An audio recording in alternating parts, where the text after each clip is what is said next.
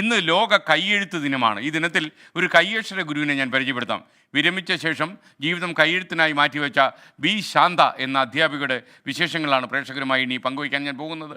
ഇന്നത്തെ താരം ശാന്ത ടീച്ചറാണ്. തിരുവനന്തപുരത്ത് നിന്ന് സലീം മാലിക് തയ്യാറാക്കിയ റിപ്പോർട്ടാണ് കൈയക്ഷര ഗുരുവിൻ്റെ വിശേഷങ്ങൾ.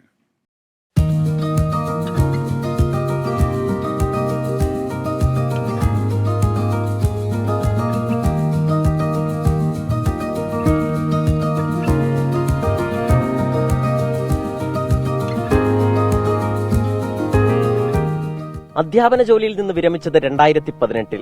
ആദ്യം മട്ടുപ്പാവിലെ കൃഷി പരീക്ഷിച്ച് വിജയിപ്പിച്ചു. പിന്നീട് വിശ്രമജീവിതം ആനന്ദകരമാക്കാൻ ശാന്ത ടീച്ചർ തെരഞ്ഞെടുത്തത് കൈയെഴുത്ത്. 2020 മുതൽ എഴുതി തുടങ്ങി. ചെറുപ്പം മുതൽ വടിവത്ത കൈയക്ഷരം കൈമുതലാക്കിയ ശാന്ത ടീച്ചർ എഴുതാൻ തിരഞ്ഞെടുത്തത് ആത്മീയ ഗ്രന്ഥങ്ങൾ. 4 വർഷം കൊണ്ട് 13 പുസ്തകങ്ങൾ പൂർത്തിയാക്കി.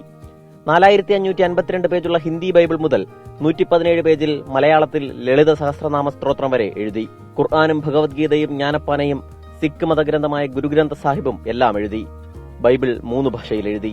സംസ്കൃതം അറിയുന്നതുകൊണ്ട് അഷ്ടാംഗ ഹൃദയം ആ ഭാഷയിൽ എഴുതി. എന്തുകൊണ്ട് കൈയെഴുത്ത് തുടങ്ങിയെന്നതിന് ടീച്ചർക്ക് വ്യക്തമായൊരു മറുപടിയുണ്ട്. നമുക്ക് ഇന്ന് ഡിജിറ്റൽ ആയിരിക്കുന്ന ഒരു കാലഘട്ടത്തേക്ക് നമ്മൾ പോകുമ്പോൾ നമ്മൾ കൈകൊണ്ട് എഴുതി കഴിഞ്ഞാൽ അത് നമുക്ക് എപ്പോഴും ഓർക്കാനും അത് മനസ്സിലാക്കാനും അതിനെക്കുറിച്ച് ഒന്നുകൂടെ ചിന്തിക്കാനും ഒക്കെ നമുക്ക് കൈയെഴുത്ത് സഹായിക്കും. പ്രത്യേകിച്ച് എത്രയെല്ലാം യന്ത്ര സാമഗ്രികൾ ഉണ്ടായാലും കൈയെഴുത്ത് തന്നെയാണ്. മതഗ്രന്ഥങ്ങൾക്കൊപ്പം മുൻ മുഖ്യമന്ത്രി ഉമ്മൻചാണ്ടിയുടെ ആത്മകഥയായ കാലം സാക്ഷിയും എഴുതി തീർത്തു. നമ്മുടെ കേരളത്തിലെ ഏറ്റവും നല്ല ഭരണാധിപനായിരുന്നു അദ്ദേഹം. ജനങ്ങളുടെ ഇടയിലേക്ക് ഇറങ്ങി വന്ന ജനങ്ങൾക്ക് വേണ്ടി ഭരിച്ച ഒരു മാന്യ വ്യക്തിയായിരുന്നു അദ്ദേഹം. അദ്ദേഹത്തിന്റെ ജീവിതകഥ നമ്മളൊക്കെ മനസ്സിലാക്കണം. ഒരു ദിവസം 8 മുതൽ 10 മണിക്കൂർ വരെ ചിലവിട്ടാണ് പുസ്തകങ്ങൾ പകർത്തി എഴുതുന്നത്.